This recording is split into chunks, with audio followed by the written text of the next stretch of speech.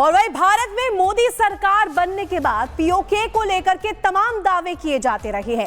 गृह मंत्री अमित शाह ने कहा था कि पीओके जल्द भारत का हिस्सा होगा, तो अब विदेश मंत्री एस जयशंकर ने कहा है कि पीओके की वापसी का इंतजार है। जब से जयशंकर का ये बयान सामने आया है, पाकिस्तान में खलबली मच गई है।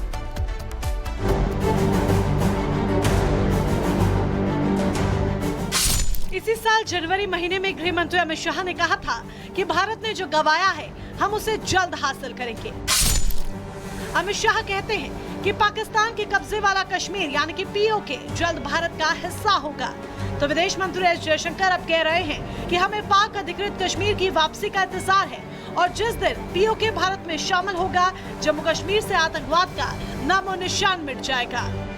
कश्मीर का विकास दशकों तक पीछे चला गया और कश्मीर के अंदर सालों तक आतंकवाद का नंगा तांडव होता रहा और देश मूक दर्शक बनकर देखता रहा। मित्रों, धारा 370 समाप्त होने के बाद आतंकवादी घटनाओं में 70% से ज्यादा कमी हुई है। I think the part we are waiting for is the return of the stolen part of Kashmir, which is on the under illegal Pakistani occupation. When that's done, I assure you, Kashmir solved. वैसे तो विदेश मंत्री S Jaishankar अक्सर पाकिस्तान की करतूतों पर पर्दा उठाते रहते हैं, लेकिन इस बार उनके इस बयान की चर्चा इसलिए ज्यादा हो रही है क्योंकि पहली बार एस जयशंकर ने पीओके को भारत से चुराया गया हिस्सा बताया है और दावा किया है कि बहुत जल्द पीओके के भारत में आते ही घाटी में शांति हो जाएगी। Bureau report, Republic Bharat. और एस जयशंकर के बयान पर जम्मू कश्मीर के बीजेपी नेताओं ने क्या कहा है, ये भी आपको सुनवाते हैं। एस जयशंकर ने बयान दिया है कि पीओजे के मिलते ही कश्मीर मुद्दा हल हो जाएगा और पाकिस्तान को जो है पीओजे के खाली कर देना चाहिए। उन्होंने मुझे लगता है कि बिल्कुल स्पष्ट कर दिया और बहुत ज़्यादा लोगों को जो मानसिक पीड़ा से ग्रस्त हैं, विशेषकर नेशनल कॉन्फ्रेंस के लोग जो शेख मोहम्मद अब्दुल्ला की जिन्ना की 2 नेशन थ्योरी पे ही मुझे लगता है ये एक्सटेंशन थी उनकी कश्मीर इशू को सॉल्व करना। इस कश्मीर इशू को सॉल्व करने की मुझे लगता है कि कहीं पे भी कोई गुंजाइश नहीं है। इसीलिए उन्होंने स्पष्टीकरण दे दिया है कि ये वाला जो कश्मीर था, जो पाक प्रायोजित आतंकवाद से अभी ग्रस्त था, जो आतंकवाद यहाँ पे हर्डल क्रिएट कर रहा था यहाँ की डेवलपमेंट को लेके, यहाँ के बाकी इश्यूज़ को लेके, वो 370 हटने के बाद बिल्कुल इकोनॉमिक ग्रोथ बड़ी स्पीडी से ऊपर चली गई है। अब जिस कश्मीर की बात है वो पाक ऑक्युपाइड जम्मू एंड कश्मीर है। वो जब कंप्लीट इंटीग्रेशन हमारी वहाँ तक हो जाएगी उस वक्त हम कहेंगे कि भाई अब कश्मीर मसला पूरी तरह सॉल्व हुआ। लेकिन जिस भूमि पे हम हैं अभी, जिस जम्मू कश्मीर की हम बात कर रहे हैं, ये तो 370 हटने के बाद, संविधान पूर्णतः लागू करने के बाद कोई गुंजाइश ही नहीं है इस पर कोई टिप्पणी करे, इस पर कोई डिबेट होने की कोई गुंजाइश ही नहीं है इस पर।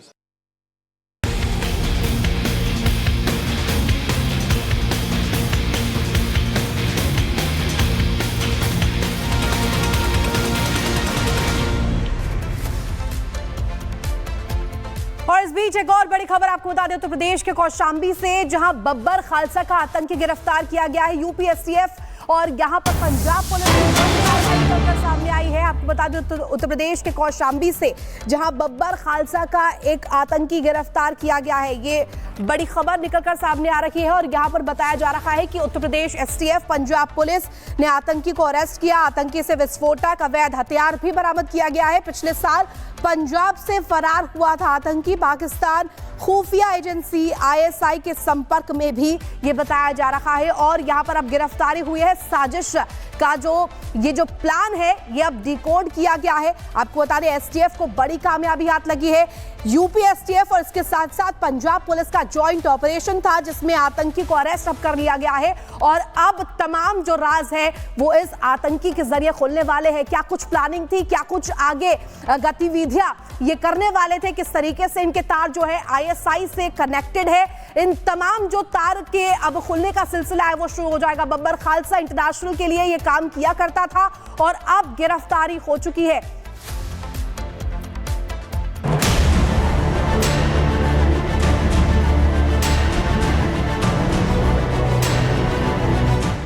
तस्वीर में दिख रहा यह शख्स है लाजर मसीह, जो कि आतंकवादी संगठन बब्बर खालसा इंटरनेशनल का आतंकी है और यूपी एसटीएफ और पंजाब पुलिस ने जॉइंट ऑपरेशन में इस आतंकी को गिरफ्तार करने में बड़ी सफलता हासिल की है। आतंकी लाजर मसीह पंजाब के अमृतसर का रहने वाला है, जो कि बब्बर खालसा इंटरनेशनल के जर्मन मॉड्यूल के अध्यक्ष के लिए काम करता था और पाकिस्तानी खुफिया एजेंसी ISI के भी संपर्क में था। 24 सितंबर 2024 को ये पंजाब पुलिस की न्यायिक हिरासत से फरार हो गया था। तब से पुलिस इसकी तलाश में जुटी हुई थी। संदिग्ध व्यक्ति जिसके ऊपर तमाम तरीके का आरोप है, उसको भी ATS के द्वारा गिरफ्तार किया गया है, STF के द्वारा गिरफ्तार किया गया है।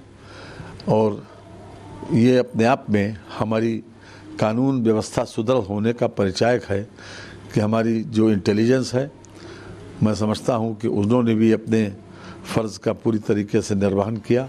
यूपी एसटीएफ और पंजाब पुलिस की टीम रात में कौशाम्बी पहुंची, जहां करीब 3:30 बजे जॉइंट ऑपरेशन चलाकर इस आतंकी को गिरफ्तार किया गया, जिसके पास से अवैध हथियार और विस्फोटक मिले हैं। 3 हैंड ग्रेनेड, 2 सक्रिय डेटोनेटर, 1 विदेशी पिस्टल और विस्फोटक पाउडर बरामद किया गया है।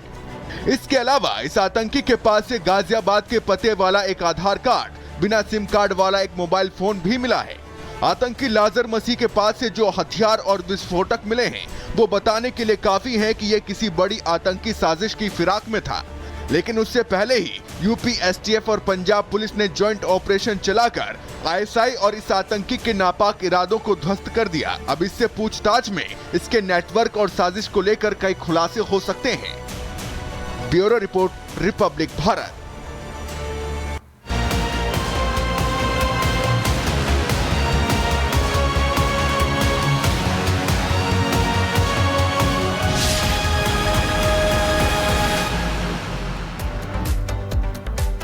पीएम मोदी उत्तरकाशी के मुकबा में मां गंगा की पूजा अर्चना करते नजर आए। पीएम मोदी के एक बाइक रैली को हरी झंडी भी वो दिखाएंगे। आपको ये भी बता दें कि इसके बाद पीएम मोदी हर्षिल में जनसभा को भी संबोधित करेंगे।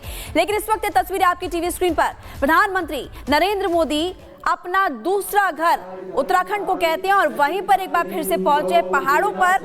उत्तरकाशी के मुकबा में मां गंगा की पूजा अर्चना पीएम मोदी ने की है और यहां पर आप देखेंगे कि मंत्रोच्चार, इसी बीच आरती पीएम मोदी ने की, उनके साथ पुजारी भी हैं। पहाड़ों का भी लुत्फ पीएम मोदी ने उठाया और एक बार फिर से आप ये तस्वीरें देख रहे हैं। देवभूमि पहुंचे हैं प्रधानमंत्री मोदी और उत्तराखंड को अपना दूसरा घर भी कहते हैं।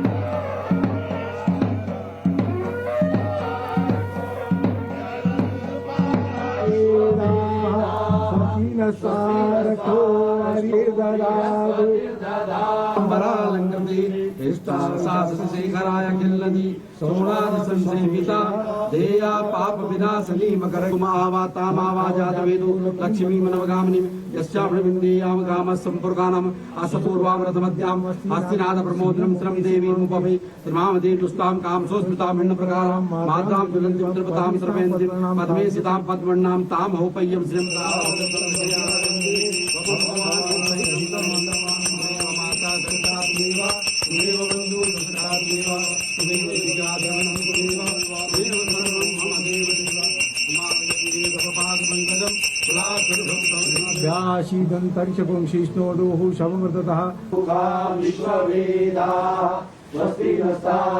हर्षिल में प्रधानमंत्री हर्षित है उत्तराखंड। वाद्य यंत्रों की ध्वनि, ढोल धमाऊ बज रही हैं। इसी बीच प्रधानमंत्री मोदी